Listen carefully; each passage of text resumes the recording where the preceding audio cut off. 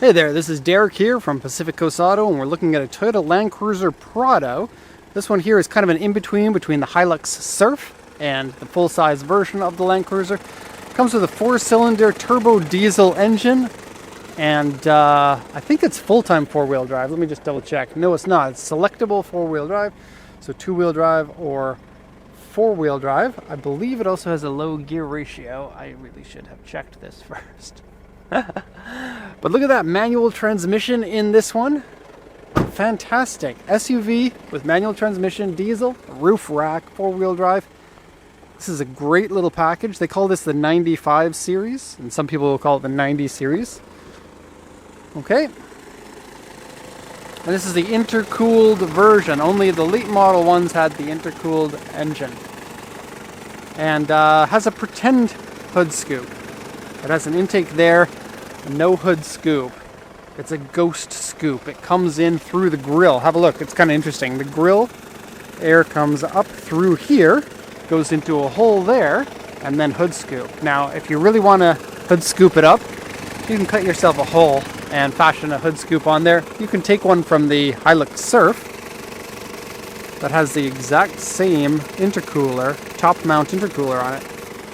If you can find one, you can probably buy one from auctions here in Japan. Anyway, let me stop getting ahead of myself. I'm going to switch the engine off. Have a little rev here for you first. You can see 277,000 kilometers on this, so you would consider this a pretty high mileage version of it. But as you'll see in this video, the condition inside and out is fantastic, and these 3-liter turbo diesels tend to be pretty robust engine. Probably a little bit less reliable than the full-size inline 6-cylinder Land Cruiser engines, but the Prado still, it's a very good engine. I've seen lots of high mileage ones of these at auction, and when you read the auction sheets, it really gives you an idea of what common problems are for many cars. Like, I've probably translated over 100,000 of these sheets in my time, so you get to see the common problems again and again and again. Like, for example, if head gaskets blow, then you'll see that head gasket blown, or white smoke, or something like that. With these engines, there isn't really a lot that goes wrong with them. Fuel pumps are not the mechanical ones on this anymore. I think on the intercooled version, I don't know, check that yourself if you want to check if it's mechanical. I believe it's not mechanical on this one. Full electronic fuel injected, I guess. Has a little bit of oil seeping through there. It's likely coming from the turbo. If you want, you can rebuild your turbo. It's not really necessary. Turbos naturally will pass a little bit of oil into the intercooler, and it's fine. It just goes into the engine and burns along with some of the diesel fuel.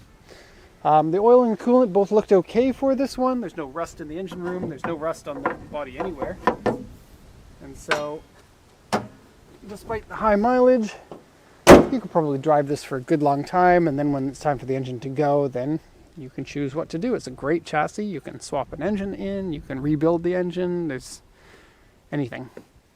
Okay, so 1996 Land Cruiser TX 3-liter engine, auctionery 3.5 with an interior B, alloy wheels, power steering, power windows, and airbag.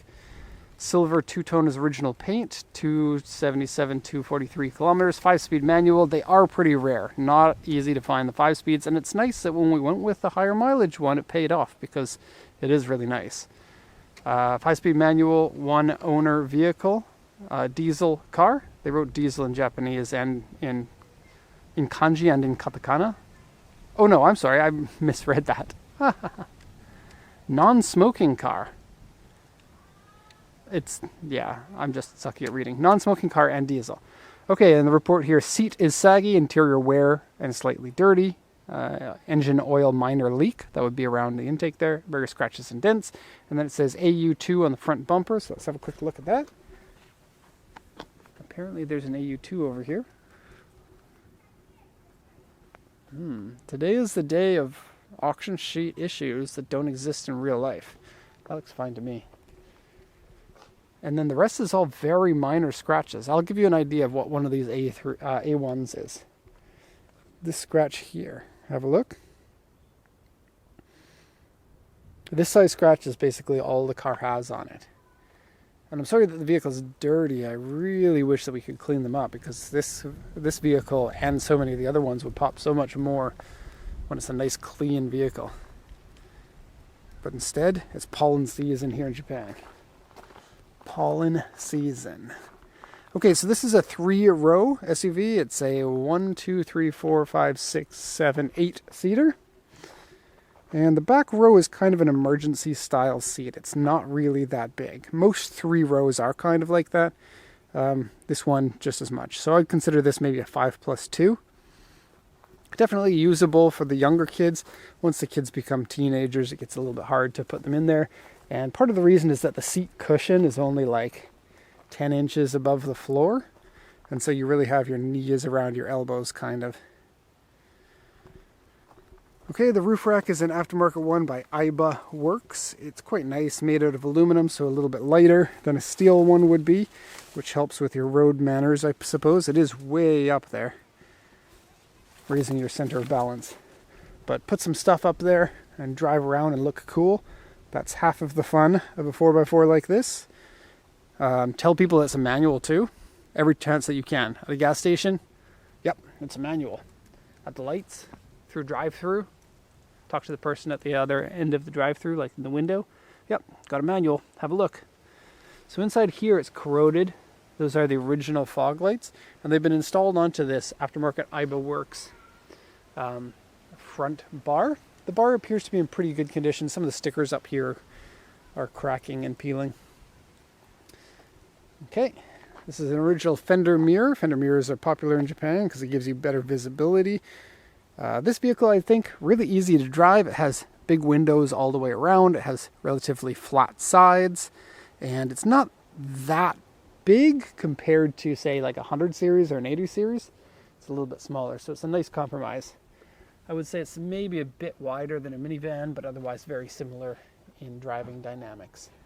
Or maybe not driving dynamics, but visibility and ease of driving, maybe. It does have more of an SUV feel to it. You get rollier suspension, you're up pretty high, and you feel like you can drive over things that you need to. Okay, well, I don't know why I'm going around it again. I just, Land Cruisers, and I get excited.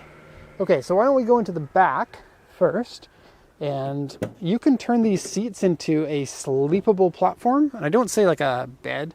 I say a sleepable platform because it's not going to be super easy to sleep on it. But these ones can go down. Those ones there go down to a completely flat area. And it is possible to do that if that's what you want to do. And to some people, that's a make or break of a vehicle. If you can sleep in it, i.e. go camping and someone gets to sleep in the Prado, then it is, extra utility. Otherwise, you don't get much room in here, but you can flip these to the side. So you don't have to take them out completely if you need more room. These fold, how do these ones work? These ones fold forward, and then the whole thing flips up to the side, and then it connects onto the grip up here. Okay, the windows in the back are pop-out style. Okay, and all of the ones in the front are power windows. Okay, let's go now to the middle section.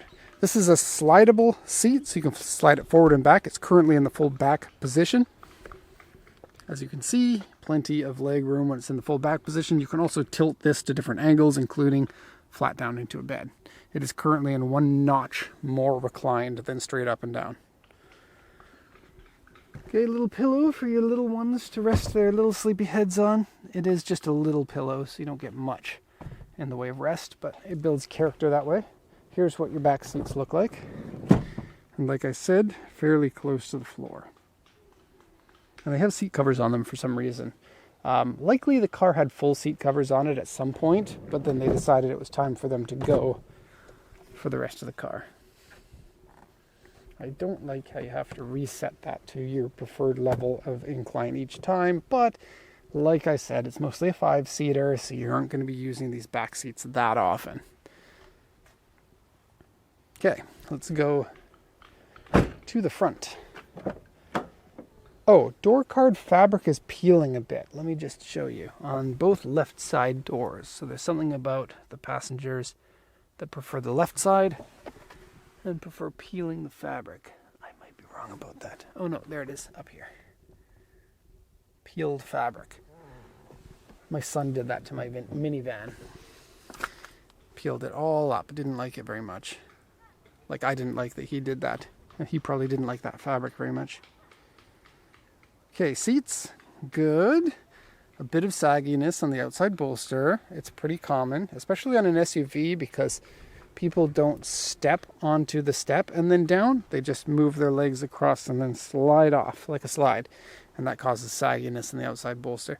It's not so bad, especially for, 277,000 kilometers. It's really not bad at all. Steering wheel has had one of those sew-on-yourself leather steering wheel covers. Better than a ratty condition steering wheel, but I would just rather get a used one in good shape and install it instead of have this kind of leather wrapped steering wheel. I'm not a big fan of them myself. 277 321 on there. You get a clock, an analog clock. This is cool.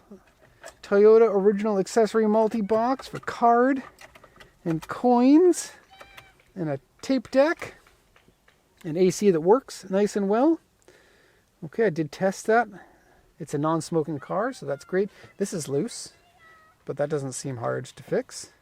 I think this actually installs underneath it. There's probably a way that you can do that. I might even be able to do it for you. Well, maybe that's not how you do it. I don't know. I might have ruined it, but it's very easy to unruin for yourself, I believe. Pretty dirty in there. Pretty dirty in there, but otherwise pretty clean. These are cup holders, which is cool. Unfortunately, it's broken.